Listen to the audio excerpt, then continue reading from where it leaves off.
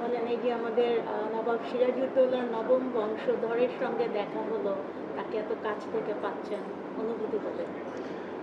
অনুভূতি অনেক সুন্দর, মানে খুবই ভালো লাগতেছে।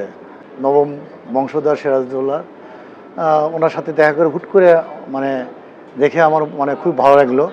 এবং ওনার সাথে যে দুটো কথা বলতেছি বসে থেকে, যে ছবি নিচ্ছি, এটা তো আমার অনেক ভালো লাগতেছে।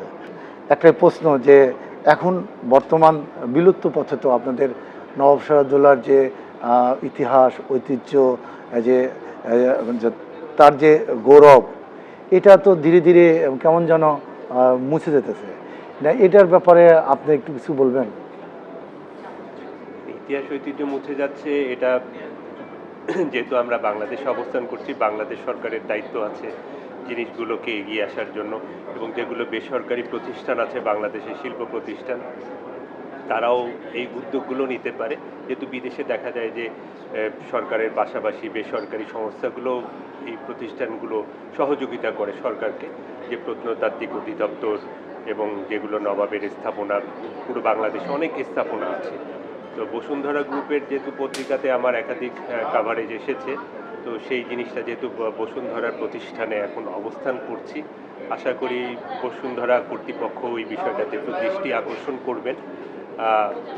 ওনাদের কালের কণ্ঠ, বাংলাদেশ প্রতিদিন, নিউজ, ডেইলি সান, নিউজ 24, প্রত্যেকটাতেই আমার কাভারেজ এসেছে, নবাবের উপরে নিউজ করেছে তারা। তো আমি মনে করি শুধু সংবাদ পর্যন্ত সীমাবদ্ধ থাকলে হবে না, কারণ ইতিহাস ঐতিহ্যকে আমাদের সবাইকে সম্মান করতে হবে। আমরা যদি আজকে কিছু করে যাই, আগামীতে ওনারাও যখন থাকবেন না, পরবর্তী নতুন প্রজন্ম ওনাদেরকেও সম্মান করবে। ইতিহাস সবাইকেই একটা ইতিহাসের অংশ হতে হয়, ইতিহাসকে সম্মান করা উচিত। ভারতবর্ষ তো এখন নেই, এখন শুধুমাত্র হিন্দুস্তান আছে, যেহেতু 47 সালে দেশ ভাগের পর ভাগটা হয়ে গেছে। তো হিন্দুরা যে একটা আলাদা রাষ্ট্র পেয়েছে, এটা মীর জাফরের উপহার স্বরূপ দিয়েছে তাদেরকে। মীর জাফর যদি সেদিন নবাব সিরাজউদ্দৌলার সাথে তথা বাংলার মানুষের সাথে যদি গাদ্দারি না করতো, তাহলে বাংলার ইতিহাসটা অন্যভাবে লেখা হতো।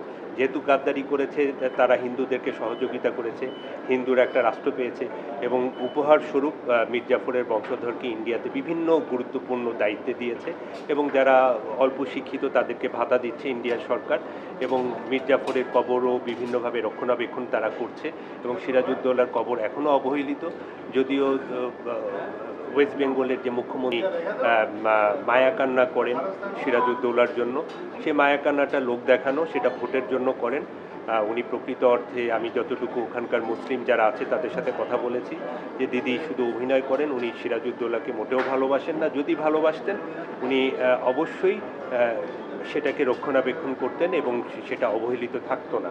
বাংলাদেশে নিয়ে এসে কোথাও বসায় সেখানে যত্ন সহকারে রাখা, আমি বাংলাদেশ গভর্নমেন্টের কাছে বিশেষ আহ্বান করেছি।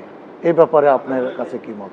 বাংলাদেশে আপনি যেটা আহ্বান করেছেন সেটা আমি একাধিক টিভি চ্যানেলে বলেছি, অনেক সময় তারা প্রচার করে না। বিগত আওয়ামী লীগ সরকার, আমি যেহেতু বলেছি যে বিএনপি জামাতের চেয়েও সবচেয়ে প্রতিপক্ষ আমাকে ভেবে বসেছিল, এবং আমাকে বিভিন্নভাবে হত্যার চেষ্টা করেছে বিগত সরকার।